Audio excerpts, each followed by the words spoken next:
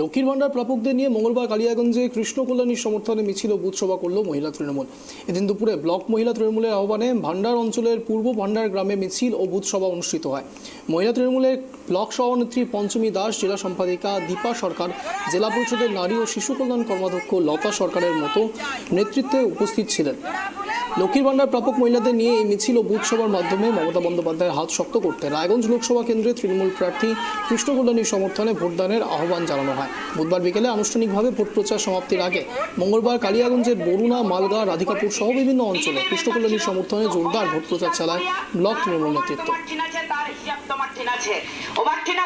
যাওয়ার আগে তার উত্তর কিন্তু তোমার ঠিক আছে।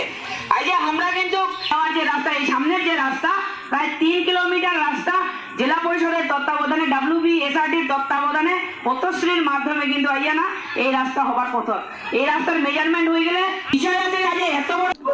আজকে প্রায় আমরা প্রচারের শেষ দিকে চলে এসেছি, আর একটা দিন আছে। তো আজকে আমরা একটা জায়গায় জমায়েত সভা ছিল, সভাটা করলাম, তার সাথে র্যালি।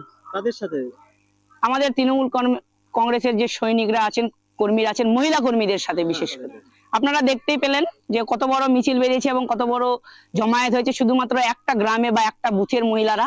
তো সেইখানে বুঝতেই পারছেন সারাটা আমরা কিভাবে পাচ্ছি।